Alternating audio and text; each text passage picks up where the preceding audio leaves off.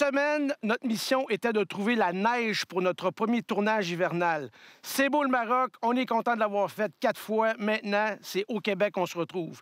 La mission, c'est d'essayer un kit de conversion moto en route, le kit Camso, sur un CRF 450 RX 2018. On est accompagné de François et 3 de ses collègues, des Franco-Ontariens, qui sont vraiment super bottes, comme on dit au Québec, sur ces machines-là. On se déplace au Bas-Saint-Laurent, dans le coin de Rimouski, au domaine Valga, et laissez-moi vous dire, et vous allez vous en rendre compte dans les prochaines minutes, il y a de la neige S7. Alors, c'est du octane, c'est du 2018, puis on va jouer dans la neige! Octane!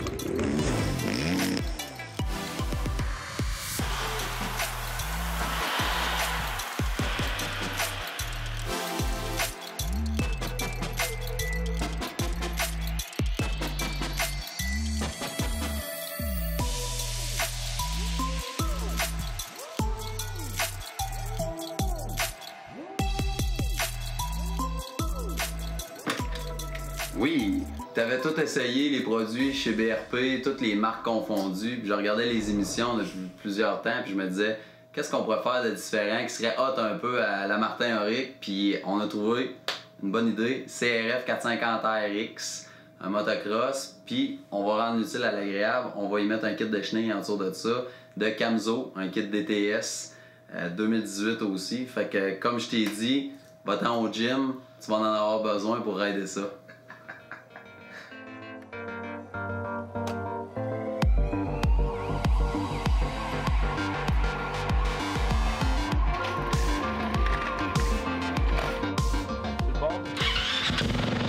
François, ce qui est intéressant dans ce style de moto-là, c'est que tu prends ton kit, tu le boltes à ta moto et t'es parti à peu près dans n'importe quelle condition. Mais j'ai remarqué que sur la tienne, t'as fait des petites modifications. Pourquoi? Pour pouvoir se promener partout, on a rajouté un système d'air intake pour empêcher que la neige rentre dans la boîte à l'air. On a rajouté un thermostat pour la température du moteur et on a rigidifié un petit peu la suspension avant. J'ai vu aussi que tu avais mis des allonges footpeg ou pédales. Oui, ça nous aide avec les bottes. Étant donné que les bottes d'hiver sont un peu plus larges que nos bottes de motocross l'été, ça nous aide à avoir plus de contrôle pour le maintien de la machine. Et au niveau de l'habillement, je sais que quand vous faites de la motoneige hors piste, vous mettez des knee pads, des protège-genoux, ouais, des protège-coudes, même un chest protector, des fois une branche pointue si vous plantez. Est-ce que c'est un peu le même principe en snowman? On porte la même chose que l'été en dessous de notre habit. Puis on aime bien aussi les One Piece, justement parce que la neige ne rentre pas entre les deux morceaux. C'est pas mal ça qu'on porte. Puis la présomption de beaucoup de passionnés, parce que veux pas, c'est la clientèle moto qui est visée dans ces genres de kits-là. Oui. Ils disent, hey, ça me prend du power, ça me prend un 450 minimum. Non. Mais là, tu es en train de me prouver le contraire, parce que tu es arrivé avec ton trailer, tu avais 5 motos dedans, dont une petite. Oui. Alors, ça marche même avec des petites cylindrées. On va vous montrer ça tantôt. On a fait des tests maison à partir de 105 cc 2 temps jusqu'à 454 temps. Ça flotte. Contrairement à ce que les gens pensent, ça cale pas, ça prend pas énormément de power, ça flotte rapidement, puis c'est le fun pour tout le monde. Donc on peut partir d'une moto de 29 pouces à aller jusqu'à 36 pouces, 37 pouces de hauteur de siège, puis s'adapter facilement. Ouais, c'est ça en réalité. Pourquoi qu'on a choisi ici le domaine Valga à Saint-Gabriel-de-Rimouski, c'est parce que tout est à proximité, on arrive à l'auberge, puis le hors-piste est directement à l'arrière de l'auberge. Il n'y a pas de sentier, pas de 30 minutes ou 1 heure de sentier à faire. On est directement dans le parc privé du domaine Valga. Fait que c'est super le fun, puis c'est plus facile. Bon, ben c'est officiel. Le premier tournage d'hiver 2018 commence. Je vais aller faire mes premiers tours de chenilles avec mon kit CRF Camso. Incroyable. François, Max et les autres crinqués m'accompagnent. Je suis là, je suis avec eux autres, puis on va avoir du fun. Checkez ça, les images!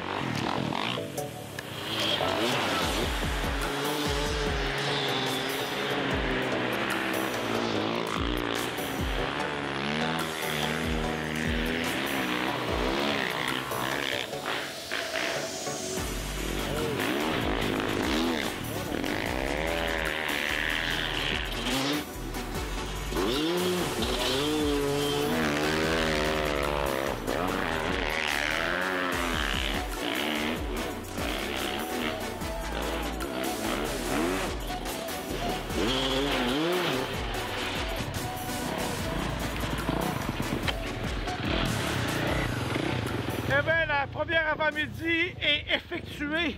Snowbike, même si l'aventure commence, je peux déjà dire check!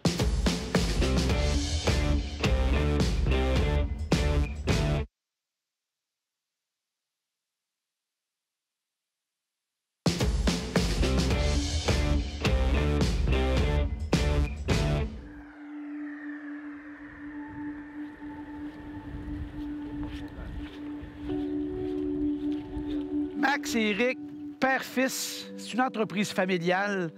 Tout ce qu'on voit ici, autant dans les chalets que toute l'organisation, ça s'est fait par vous deux. Premièrement, tout ce que vous voyez ici, il n'y avait rien. Quand on a acheté le domaine, c'était pour... Moi, je suis forestier, c'était surtout pour le bois et autres, quand on a commencé en 2002. C'est quoi la grandeur de votre territoire?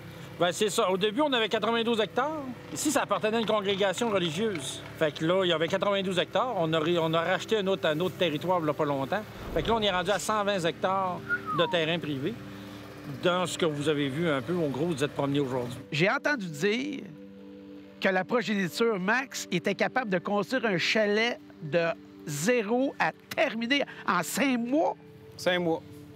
Ça te tente pas de donner des formations puis de faire des congrès? J'ai pas le temps. La différence d'une maison en bois rond, tu construis ça, ta finition intérieure puis ta finition extérieure est finie. C'est sûr. Fait que tu fais tes 13 rangées de bois rond, après ça, t'as juste à le peinturer, à le teindre, puis c'est terminé, tu tombes dans la toiture. Fait que là, vous êtes rendu à combien de chalets avec l'auberge principale? Avec l'auberge, il y a 3 chalets qu'on loue, plus l'auberge qui est rendue à 9 chambres à coucher aussi. Qu'est-ce qui fait que c'est différent? C'est parce que vous accueillez la clientèle motoneigiste. Aujourd'hui, on est le premier et le seul terrain de hors-piste privé au Québec. Tous les autres, c'est des terres publics. Seul OK. privé. Quand le client vient ici, là, il est sûr à 100 qu'il va rider dans de la neige vierge. La minute qu'on est arrivé, il neigeait. Il neige maintenant, il va neiger demain, puis quand on va partir, il va neiger encore. Vous voulez trouver de la neige? Ben, venez au domaine Valga, il y en a à tabarouette. Alors, là, c'est quoi l'avenir du domaine? L'avenir du domaine, bien là, en ce moment, on est rendu familial. Il y a 2 enfants qui sont en nuit avec nous autres. Maxime, puis ma fille Catherine qui s'occupe de la gestion. Bon, ben là, on va les pelleter cette heure. On se ramasse une pelle!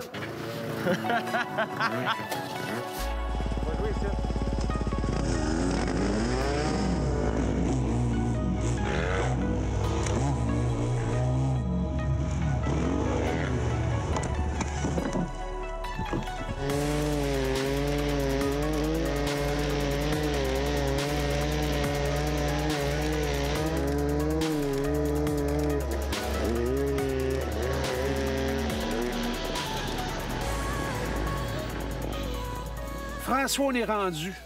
On est dans le Bas-Saint-Laurent, au domaine de Valga. Tu m'en avais parlé. Oui. Ça vient d'où, cette passion-là pour le snowbike? Parce que tu es un gars de motoneige à la base. Ouais, ici, là, comme au domaine Valga, quand on va dans la forêt avec les motoneiges hors piste, ça nous a ouvert des nouveaux territoires avec les snowbikes, puis on aime bien ça. L'accès au snowbike est beaucoup plus facile que la motoneige hors piste. C'est beaucoup moins physique. L'accès pécunier aussi, c'est plus facile à acquérir. C'est moins cher, c'est plus facile à acquérir. Puis c'est surtout très facile à maîtriser. Là. Au bout de... Quelqu'un qui a déjà conduit une moto l'été, au bout de 15 minutes, il navigue avec nous autres dans le bois. C'est vraiment facile. Tu te trouves presque bon à passer entre 2 arbres proches du guidon avec des montées qui te semblent à vue nez impossible. Je serais probablement pas capable de monter à pied parce que ça me creuserait trop et ça serait trop exigeant. Et ça passe. Ça veut dire qu'en peu de temps, tu es capable d'être relativement efficace avec une machine de même. Bien, ce matin, ça t'a pris quoi? 10 minutes? Puis tu raidais avec nous autres, puis c'est comme si tu n'avais toujours fait, Martin. C'est sûr qu'ici, au domaine de Valga, on dit que c'est un micro-milieu. J'ai l'impression qu'on est là un peu dans la 4e dimension. Il mouille en bas, puis il neige ici à côté depuis la minute qu'on est arrivé. Il vente, il neige, c'est l'hiver. Ouais. Mais à part le domaine Valga, tu es capable de monter puis d'aller te promener à peu près n'importe où.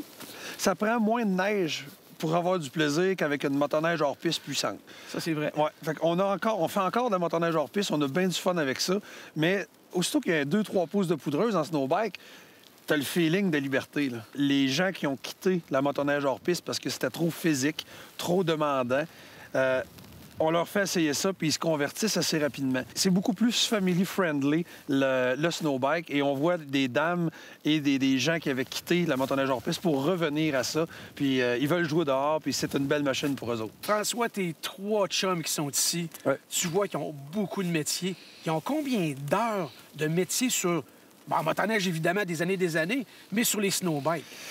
Écoute, à la base, c'est des anciens coureurs de motocross ou d'enduro. Bon, c'est des... Ben, comme toi.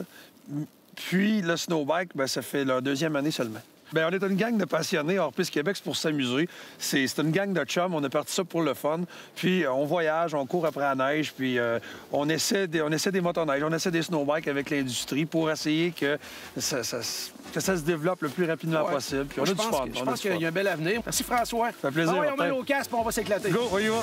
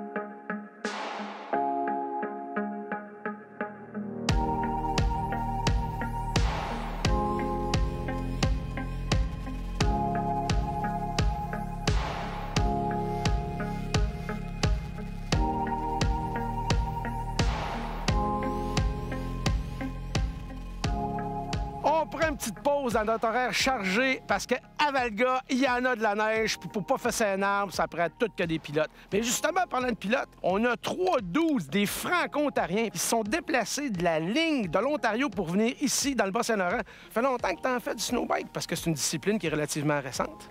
C'est la 2e année. C'est la première fois que je viens ici à Valga.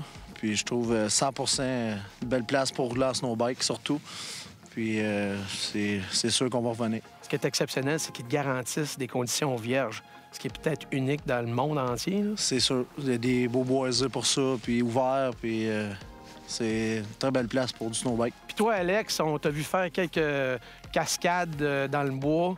Tu sautes des bûches, des troncs d'arbres, des roches, tu passes un 180, tu reviens. C'est assez impressionnant. Depuis, je dirais, 2003 que je fais du motocross l'été. OK.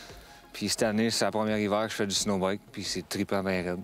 Oui, mais il y a faire du motocross dans le champ, puis faire du motocross de haut niveau. Tu as atteint quand même un haut niveau de motocross en compétition, sûrement. Oui, pour au national en 2008. OK. Est-ce que tu dirais qu'être grand aide un peu à faire du snowbike, à faire des passes comme tu fais? Écoute, ça a un avantage, mais pas vraiment. Tu gardes tes 2 pieds sur les pegs, puis tu contrôles. Tu contrôles. Tu as juste besoin quand tu arrêtes.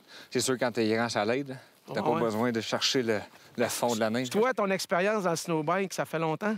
Ça fait 2 ans, depuis que j'ai rencontré François au BC. Puis là, on te voit, tu es sur une moto 2 temps, moins puissante, moins torquée, moins de couple. On voit que c'est plus difficile un peu, là. Certaines montées. Oui, ça a moins de moteur, mais c'est plus agile côté entre les arbres. Là. Ce que tu perds en moteur, en torque, tu le gagnes en agilité. Puis, OK. C'est quoi le deal avec la motoneige? Il y a eu des snows de snowbike, puis toi, tu as dû te prendre un sled puis te faire un gros jump. C'est parce que tu es un gros maniaque de motoneige aussi à la base? De base, oui. Ici, à Valga, on a une base. Il y a toujours quelqu'un qui est sur le micro. S'il nous arrive quelque chose, les secours s'en viennent. T'es jamais très loin des secours ou de quelqu'un de civilisé qui peut te sortir de la marde, c'est ça? Comme on a dit, il n'y a pas de sentier ici.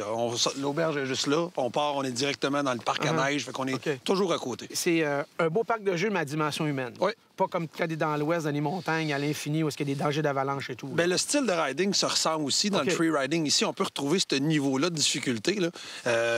Mais c'est plus familial, puis c'est accessible à tous ici. Fait qu'à vous intéresser, procurez-vous un kit, essayez-le. Ils vont des journées de démonstration, puis faites comme moi, éclatez-vous.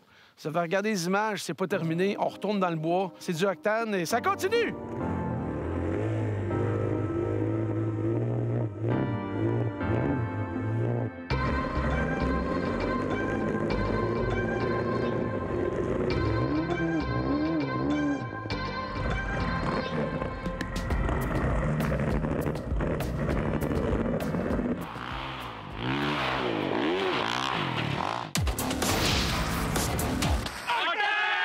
Par la magie de la télévision, je me téléporte de la Beauce pour venir ici, dans le comté de Charlevoix, rencontrer un père et un fils qui sont bénévoles à la FCMQ. Et ensemble, ils ont plus de 50 ans d'expérience comme bénévoles. Vraiment impressionnant. Quand on parle de plus de 50 ans de bénévolat au sein de la fédération, c'est énorme. Qu'est-ce qui a fait que tu as commencé à t'impliquer dans le club? Bien, ça a été l'amour de la motoneige. J'ai toujours aimé faire de la motoneige. Ça fait que ça a été l'amour de la motoneige. Fait que finalement, ton rôle, au fil des années, c'est que tu leur montres les bonnes choses, comment surfacer. Il y a le rôle de la sécurité. Là, il y a le bâton aussi pour la publicité. Marc-André, là, t'es papa maintenant. Oui. T'as une job à temps plein. Comment tu gères ton temps pour réussir encore à donner des heures pour le club? On essaye d'en trouver au travers les heures de travail. Si on a une heure à donner, bien, on la donne. T'es encore jeune par rapport à moi, par rapport à ton père, mais il y en a quand même des beaucoup plus jeunes qui s'impliquent. On a des jeunes souvent qui partent surfacer à 4 heures le soir. Ils reviennent à 2-3 heures dans la nuit. On va les rencontrer, vos jeunes qui s'impliquent dans le club. Puis, tant qu'à se rendre à un autre point de vue, pourquoi est-ce qu'on n'irait pas à motoneige tant qu'à faire? Hein? Tant qu'à être là, vous êtes des motoneigistes, bien allons-y. Merci les gars! Merci! Quel trésor de venir ici, dans la région, parce qu'on parle de relève, bien, j'ai deux. J'ai Fred et Phil. Ils sont jeunes, 18 et 20 ans, imaginez-vous. Fait que votre travail, souvent, se fait de nuit. Ouais, c'est tout de nuit, là. On part chez les heures du souper, puis on peut y aller jusqu'à 6 heures le lendemain matin. Hein. Wow, impressionnant. Toi, Phil, est-ce que tu es dans le même secteur ou vous avez chacun vos secteurs pour damer? Comment que ça fonctionne? Fred, il surface la semaine, puis moi, je surface la fin de semaine. OK, vous avez un peu vos temps de vie. On sépare nos heures de travail ensemble, on regarde, tu veux-tu y aller vendredi? Nanana, j'ai ça, OK, c'est bon, on s'organise comme ça. En direct des sentiers du club, le Sapin d'Or, c'est Martin avec la gang. On se dit à tantôt!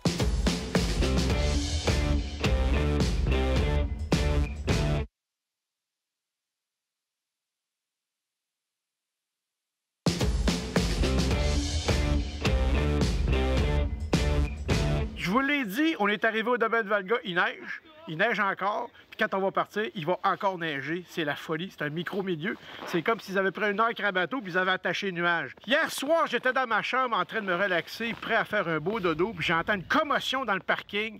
Un pick-up qui pousse la neige, une motoneige qui fait des montées, 4 gars qui sont en train de pelleter. Eh bien, ils se sont fait une rampe de lancement pour faire un saut dans le parking du chalet. Ben, regardez ça, c'est vraiment débile.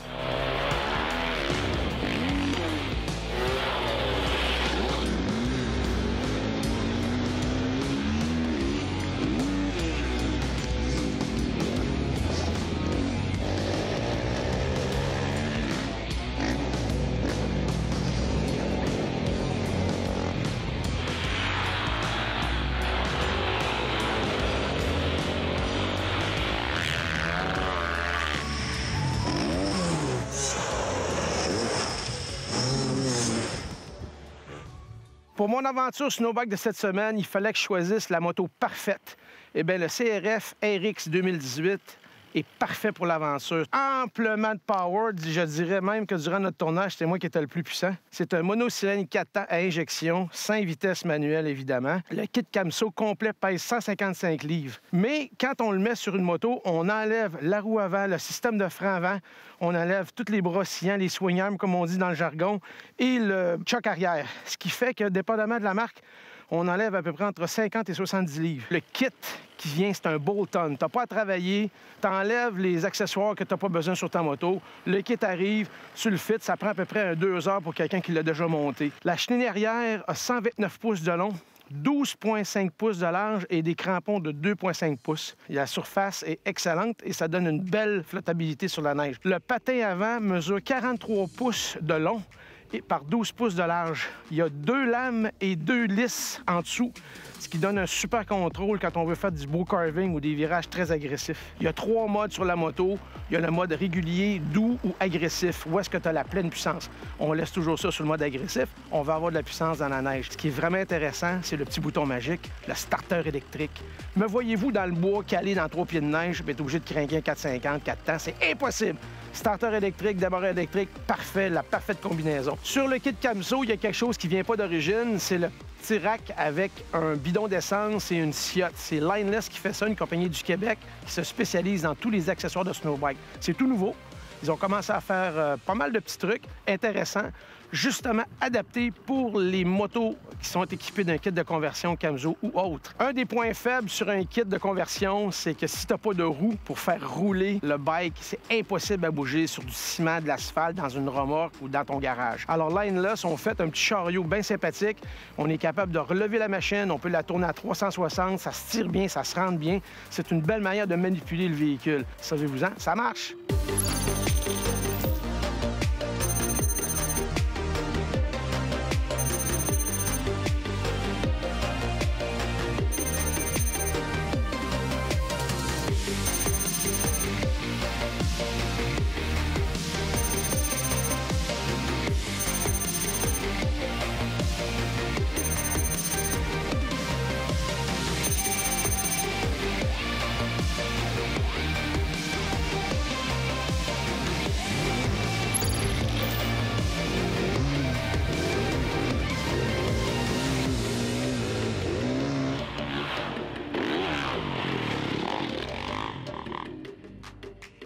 Ma moto est dans la remorque, bien strappée, bien sanglée, prêt à partir pour ma prochaine aventure. Mon trip snowbike ici au domaine Valga se termine. Ça a été génial. Les gens du domaine, vous avez un endroit spécial, très spécial. Puis Steve à NC Lac-Mégantic, tu me l'avais dit. Tu vas voir que le 450 RX, ça marche. T'es mieux d'aller au gymnase parce que ça tire des bras. Ben t'avais bien raison, c'était l'outil parfait pour l'aventure. François puis ta gang, j'ai passé quelques jours avec vous dans vos passions, puis je peux comprendre pourquoi. Je pense que c'est une discipline qui va vraiment prendre beaucoup d'ampleur. Alors là-dessus, je vous dis à dans 2 semaines en Beauce. Je suis Martin-Henrique. À la prochaine!